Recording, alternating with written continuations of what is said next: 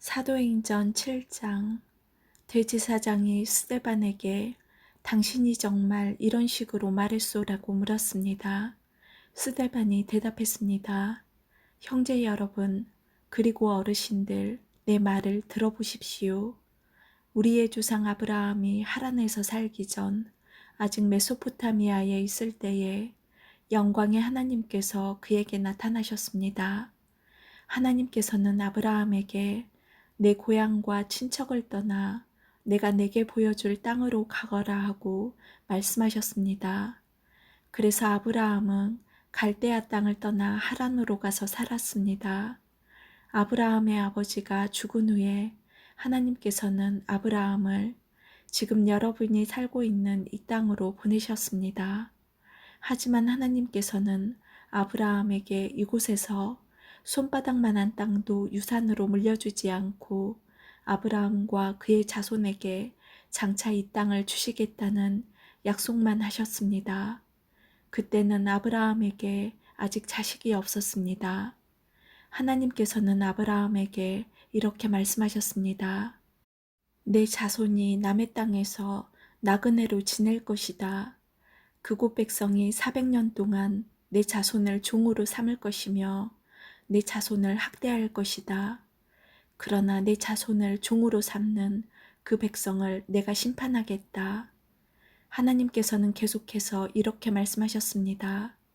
그 후에 내 자손이 그 땅에서 나와 이곳에서 나를 섬길 것이다.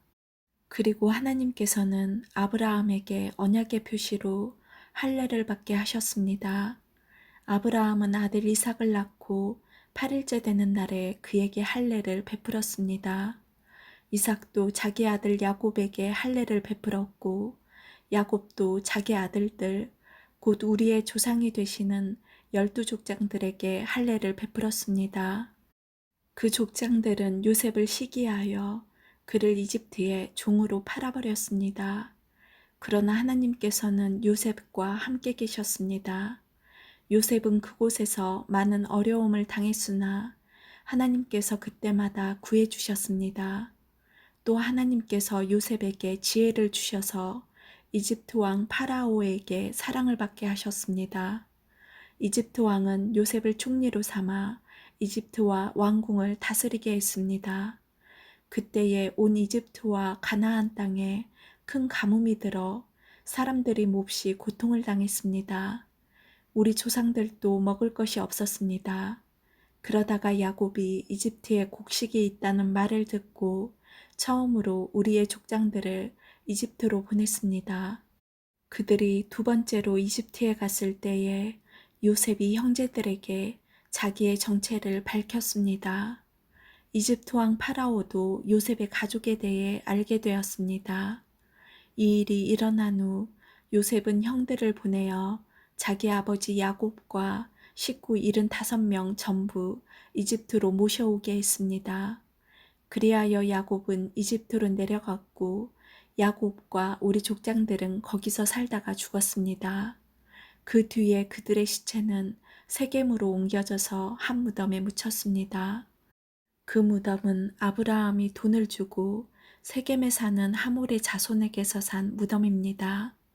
하나님께서 아브라함에게 하신 약속이 이루어질 때가 가까워졌을 때에 이집트에 살고 있는 우리 민족의 수는 크게 늘어났습니다. 그러다가 요셉을 알지 못하는 새 왕이 이집트를 다스리기 시작했습니다. 이 왕은 교묘하게 우리 백성을 속였고 우리 조상들을 학대하여 갓난 아기들을 내다 버려 죽이라고 명령을 내렸습니다. 이 시기에 모세가 태어났습니다. 모세는 평범한 아기가 아니었습니다. 모세의 부모는 그를 3달 동안 집에서 숨겨 길렀습니다. 그러나 더 이상 숨길 수가 없어서 모세를 밖에 내다 버리자 파라오의 딸이 모세를 데려다가 자기의 아들로 삼아 길렀습니다. 모세는 이집트 사람들의 모든 지혜를 배워 말에나 행동에서 뛰어난 능력을 나타냈습니다. 모세가 40세가 되었을 때 그는 자기 동족인 이스라엘 백성을 돌아보아야겠다는 마음이 들었습니다. 모세는 어떤 이스라엘 사람이 이집트에서 억울한 일을 당하는 것을 보았습니다. 그는 이스라엘 사람을 보호하려고 이집트 사람을 때려 죽여 원수를 갚아주었습니다. 모세는 자기 동족들이 하나님께서 자기를 사용하여 그들을 구원해 주신다는 것을 깨달을 것이라고 생각했습니다. 하지만 그들은 깨닫지 못했습니다. 이튿날 모세는 이스라엘 사람 2명이 서로 싸우는 것을 보고 그들을 화해시키려고 이렇게 말했습니다. 여러분, 당신들은 같은 동포인데 어찌하여 서로를 해치려고 합니까? 그러자 동료에게 해를 입었던 사람이 모세를 떠밀며 말했습니다. 누가 당신을 우리의 지도자와 재판관으로 세웠소?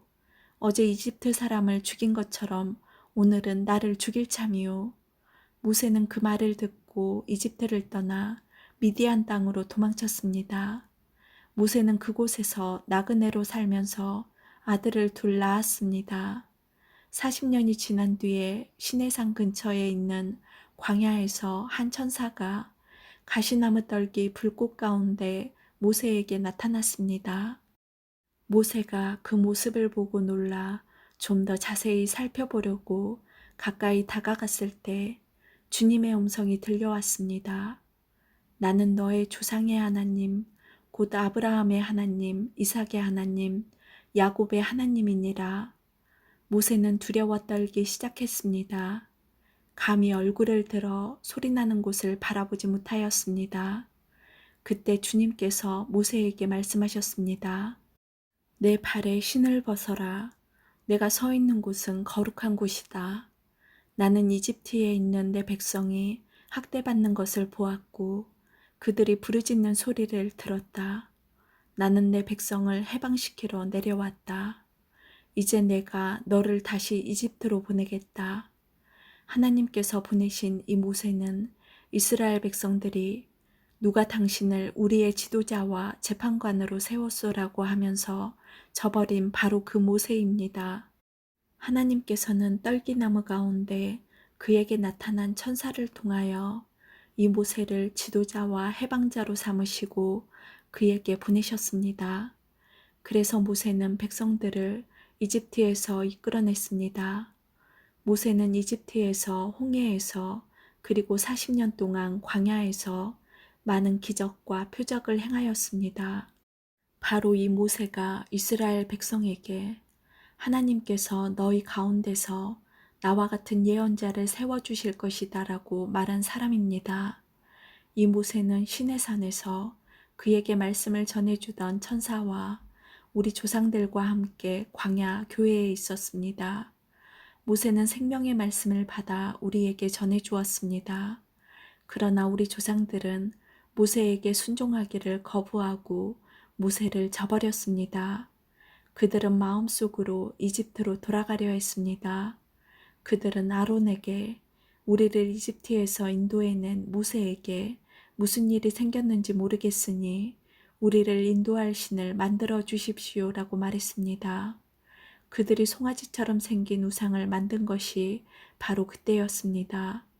그들은 송아지 우상에게 제물을 바치고 자기들의 손으로 만든 것을 섬기며 즐거워하였습니다. 그러자 하나님께서는 그들에게서 돌아서시고 그들이 천체들을 섬기게 내버려 두셨습니다. 그것은 예언자들의 책에 적힌 것과 같습니다. 이스라엘 백성아, 너희가 광야에 40년 동안 있을 때에 나에게 희생제물과 예물을 가져온 적이 있느냐? 너희는 너희가 예배하려고 만든 몰록의 신당과 별의 신 레판의 우상들을 섬겼다. 그러므로 내가 너희를 바빌론 저편으로 포로로 보낼 것이다. 우리 조상들이 광야에서 지낼 때에 증거의 장막이 그들 곁에 있었습니다.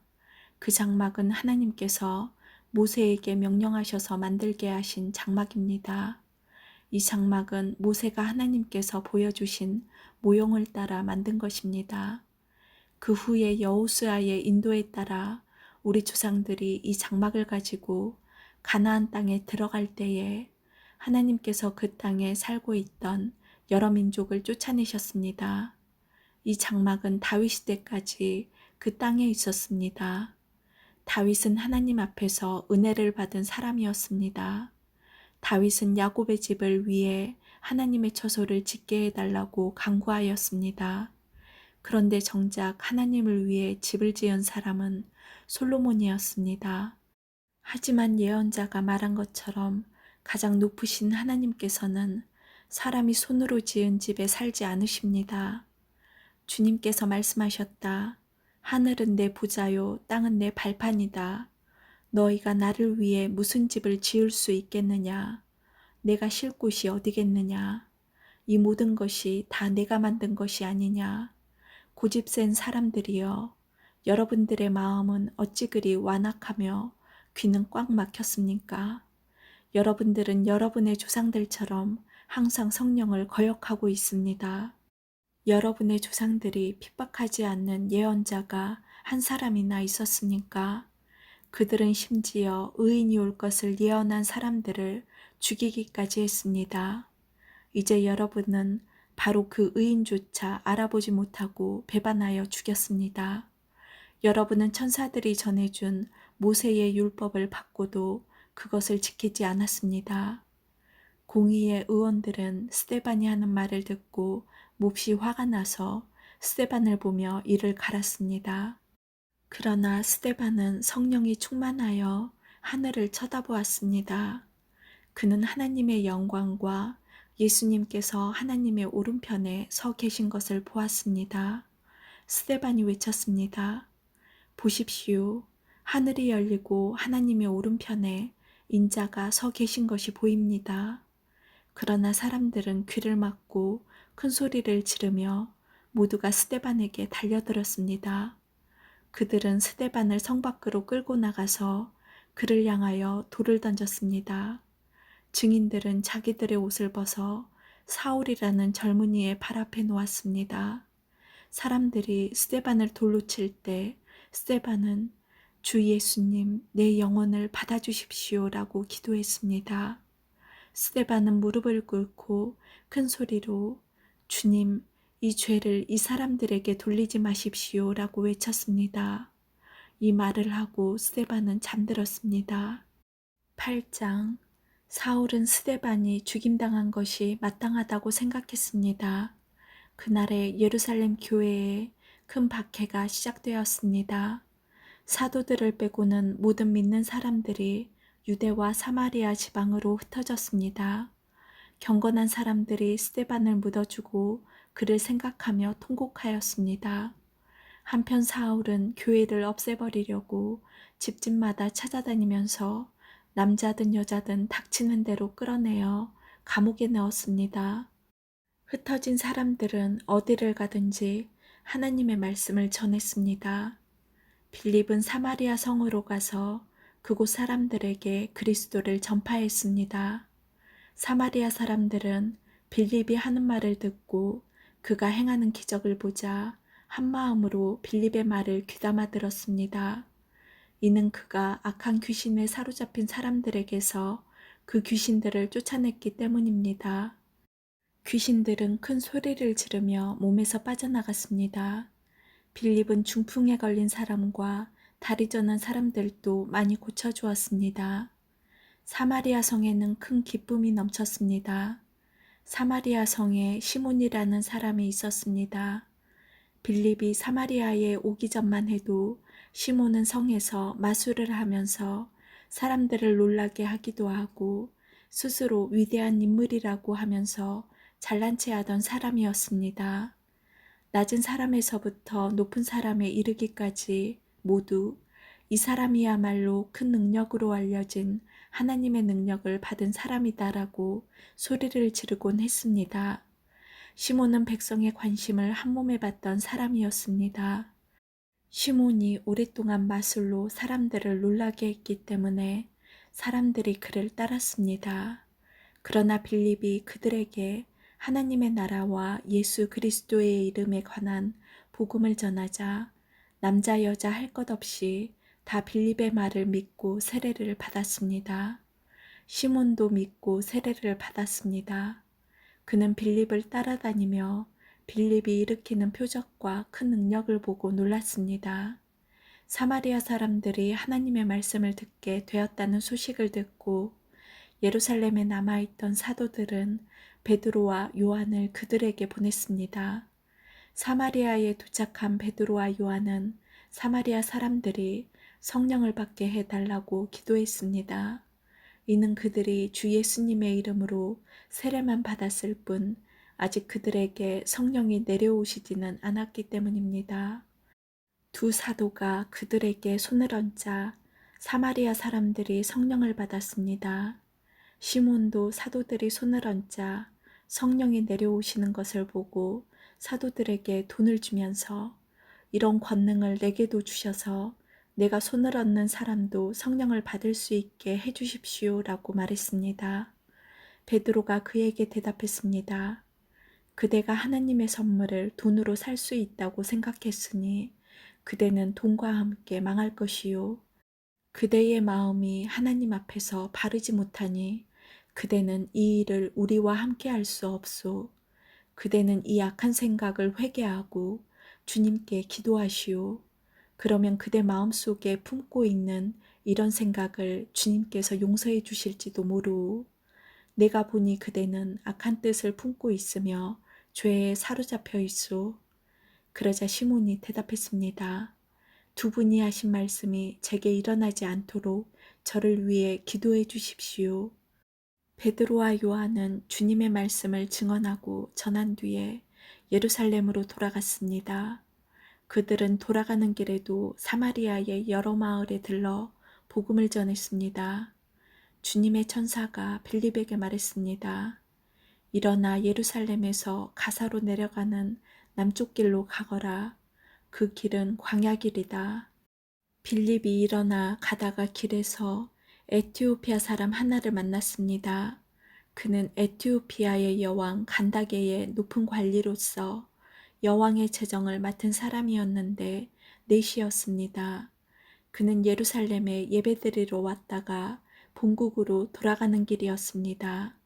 그는 마차에 앉아서 예언자 이사야의 글을 읽고 있었습니다.